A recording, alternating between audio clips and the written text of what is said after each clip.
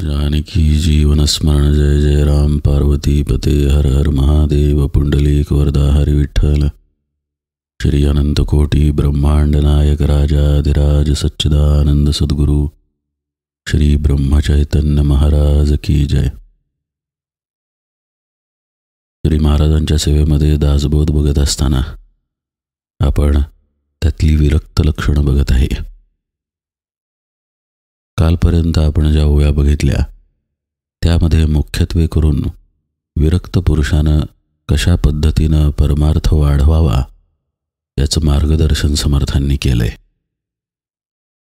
काल आपण निरूपणाच्या शेवटी विरक्ते असावे परमदक्ष, विरक्ते असावे अंतरसाक्ष, विरक्ते ओढावा कैपक्ष परमार्थाचा या ओळीत प्रवेश केला। या 14व्या ओळीमध्ये समर्थ रामदास दक्षपणाला महत्त्व देतात, सावधपणाला महत्त्व देतात। हा सावधपणा परमार्थात अत्यंत महत्त्वाचा आहे।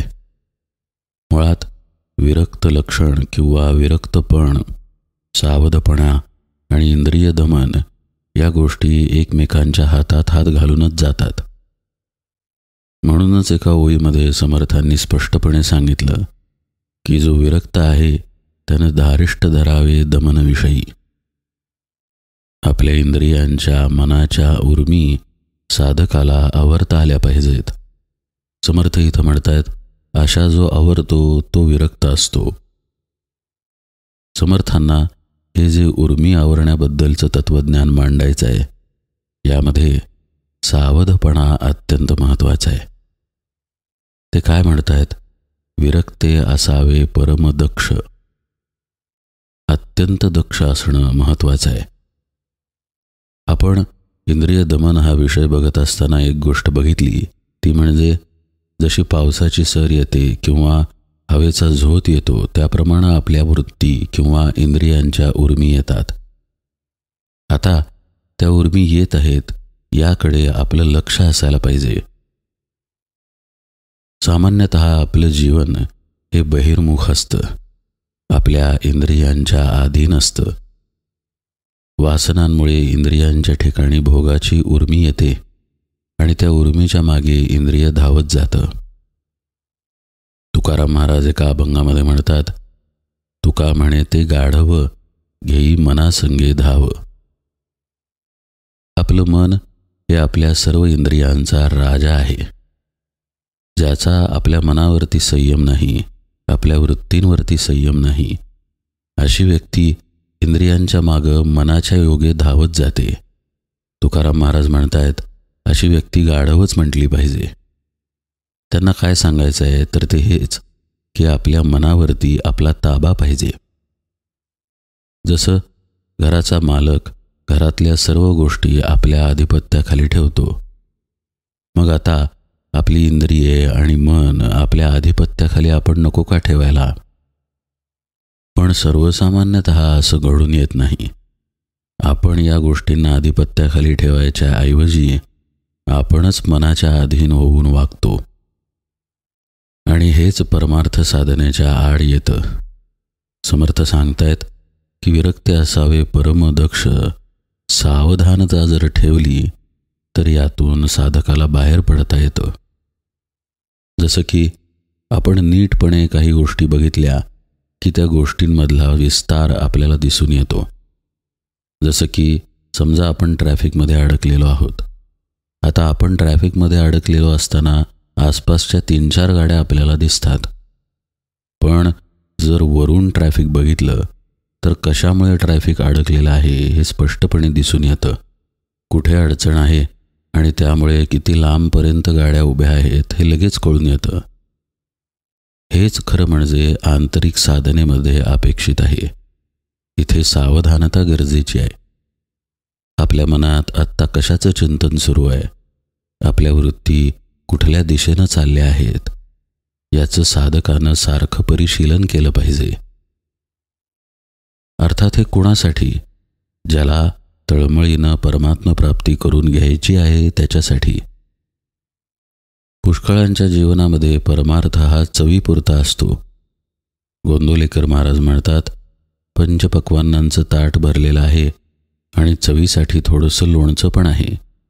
आपला परमार्थ किंवा आपलं देवदेव करणं त्या लोणच्यासारखं असतं असं महाराज म्हणतात. अशा व्यक्तींसाठी ही लक्षणे सांगितलेली नाहीत. ज्या व्यक्तीला तळमळ आहे तीच व्यक्ती मुळात सद्विद्येमध्ये बसते. आणि समर्थ म्हणतायत, विरक्तपण असेल तर त्यानं सद्विद्येचा अभ्यास करावा किंवा सद्विद्या असेल तर विरक्तपणाचं परिशीलन करावं. एकूण काय, भगवत प्राप्तीची तळमळ, आच, ओढ, आपल्या देहाबद्दलची असलेली अनासक्ती, भगवंताबद्दलचं असलेलं प्रेम, ही सगळी शिदोरी जर जवळ असेल तर साधकाजवळ सावधानता आपोआप येते. असं पहा, विद्यार्थ्यांचे अनेक प्रकार असतात. काही विद्यार्थी खूपच हुशार असतात, काही मध्यम असतात, तर काही अगदीच कमी हुशार असतात. प्रत्येकाची अभ्यासाकडे पाहण्याची दृष्टी वेगळी असते. जो तो त्याच्या त्याच्या कुवतीप्रमाणे अभ्यास करतो. तसंच परमार्थामध्येही आहे. प्रत्येकालाच इतकी भगवंताची आच असेल असं नाही. पण जो विरक्त आहे तो कशा पद्धतीनं असतो याचं समर्थ वर्णन करतात.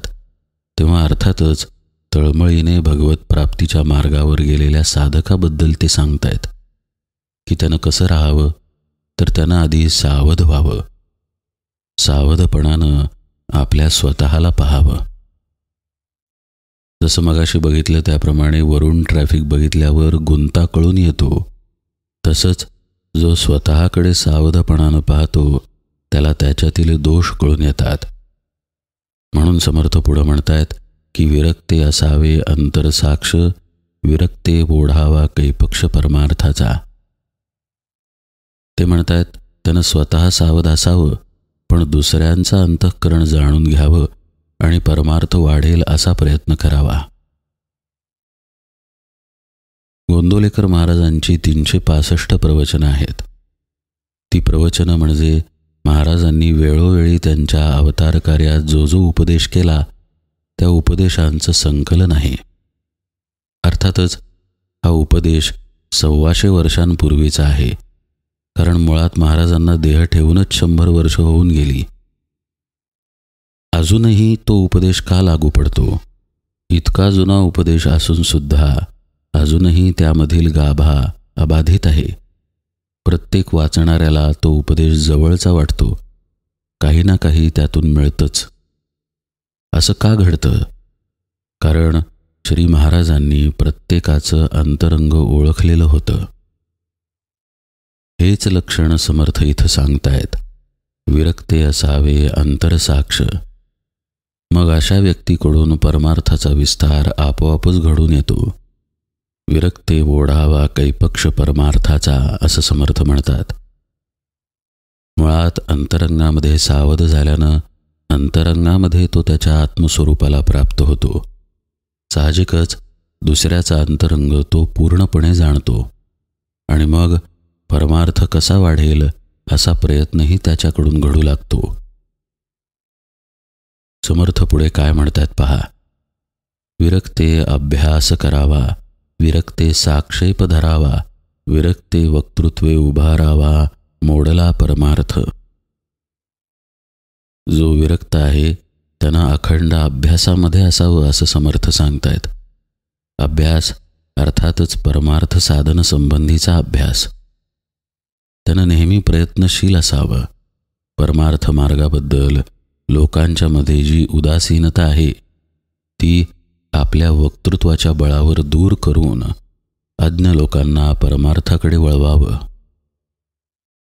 हा झाला ओवीचा सरळ सरळ अर्थ. पण समर्थ इथं काय सांगू पाहतायत बघूया आपण. अभ्यास आपण एखाद्या गोष्टीचा केव्हा करतो? जेव्हा जाणून घेण्याची तळमळ असते तेव्हा. किंवा आपण एखाद्या गोष्टीबद्दल प्रयत्नशील खऱ्या अर्थानं केव्हा होतो? जेव्हा त्या गोष्टी वाचून आपलं नडतं असं आपल्याला वाटतं तेव्हा. गोंदवलेकर महाराज त्यांच्या प्रवचनामध्ये म्हणतात, भगवंता वाचून आपलं अडतं असं आपल्याला वाटतं कुठे? भगवंत असला काय आणि नसला काय अशी आपली भूमिका आहे. ही जोपर्यंत आपली भूमिका आहे तोपर्यंत विरक्तपण आपल्या अंगी ठसणार नाही.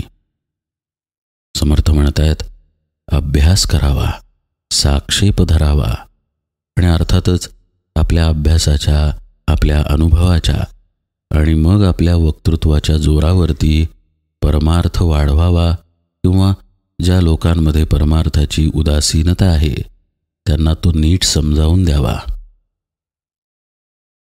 हे घडण्यासाठी मुळात जो समजावणारा आहे त्याला ज्ञान असणं आवश्यक असतं. समजावणारी व्यक्ती जर संदेहामध्ये असेल तर ती काय समजावणार? जसं समजा मढ्याच्या बाजूला मढं ठेवलं तर ते काय एकमेकांचा उद्धार करत नाहीत. तद्वत ज्याला स्वतःला ब्रह्मज्ञान नाही, आत्मज्ञान नाही, तो दुसऱ्यांना परमार्थ मार्गावरती काय लावणार? किंवा समजा परमार्थाला मरगळ आली असेल तर तो उभारी तरी काय देणार? आणि नेमकं हेच पुढच्या ओळीत समर्थ सांगतायत. विरक्ते विमळ ज्ञान बोलावे, विरक्ते वैराग्य स्तवीत जावे, विरक्ते निश्चयाचे करावे समाधान. शुद्ध आत्मज्ञानाचा उपदेश त्यानं करावा असं समर्थ सांगतायत. हे जेव्हा समर्थ सांगतात त्यावेळी इथे हा अर्थ अध्यरूत आहे की आधी ते विमळ ज्ञान त्यानं स्वतः मिळवावं. आधी केले मग सांगितले याचाच परिणाम श्रोत्यांवरती होतो, अन्यथा तो होत नाही. आपल्याला ब्रह्मज्ञान नसेल तर ब्रह्मज्ञानाच्या गोष्टी बोलू नयेत असा स्पष्ट अर्थ इथं आहे. गजानन महाराजांच्या पोथीमध्ये एक प्रसंग आहे. एक कीर्तनकार नैनम छिंदन्ति शस्त्राणि नैनम दहती पावकः या आत्म्याच्या स्वरूपाबद्दल कीर्तन करत होते. गजानन महाराज खाटेवरती बसून कीर्तन ऐकत होते. बाजूला गवताच्या गंजी होत्या.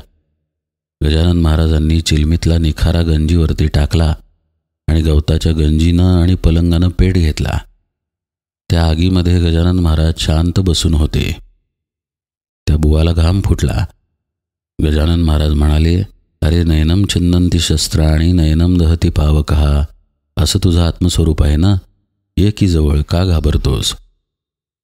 त्याला तेव्हा समजून आलं की ज्ञान नसेल तर ज्ञानाच्या गोष्टी बोलू नयेत.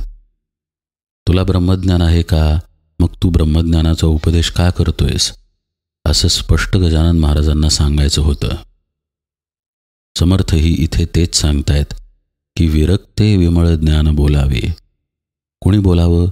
जो विरक्त आहे तो. आणि कुणी बोलावं? ज्याला ते ज्ञान प्राप्त झालेलं आहे त्यानं. असं जर घडलं तरच वैराग्याची स्तुती घडेल आणि ती लोकांपर्यंत पोहोचेल, त्यांच्या अंतःकरणावरती ठसेल.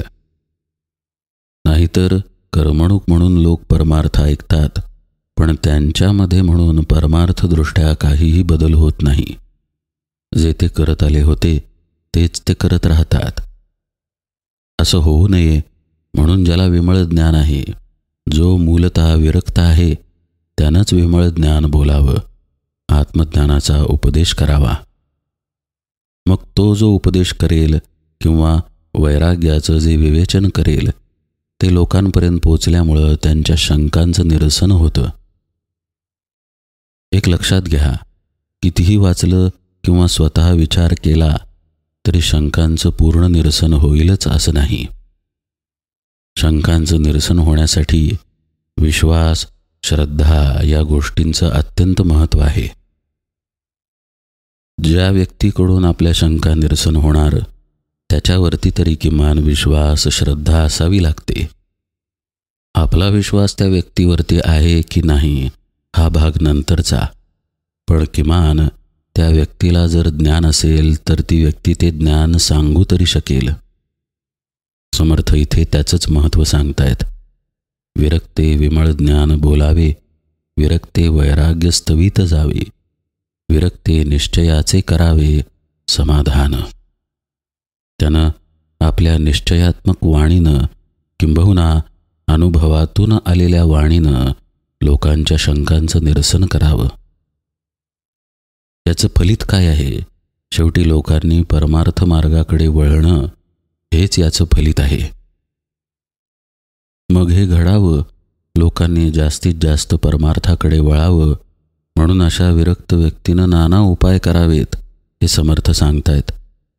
ते पुढे म्हणतात, पर्वे करावी अचाटे चालवावी भक्तांची थाटे, नाना वैभवे कचाटे उपासना मार्ग. हरिकीर्तने करावी निरूपणे माजवावी, भक्तिमार्गे लाजवावी निंदक दुर्जने. बहुतास करावे परोपकार, भलेपणाचा जीर्णोद्धार, पुण्यमार्गाचा विस्तार बळेची करावा. अत्यंत उत्सवानं पर्वकाळ भगवंताचे वेगवेगळे उत्सव साजरे करावेत.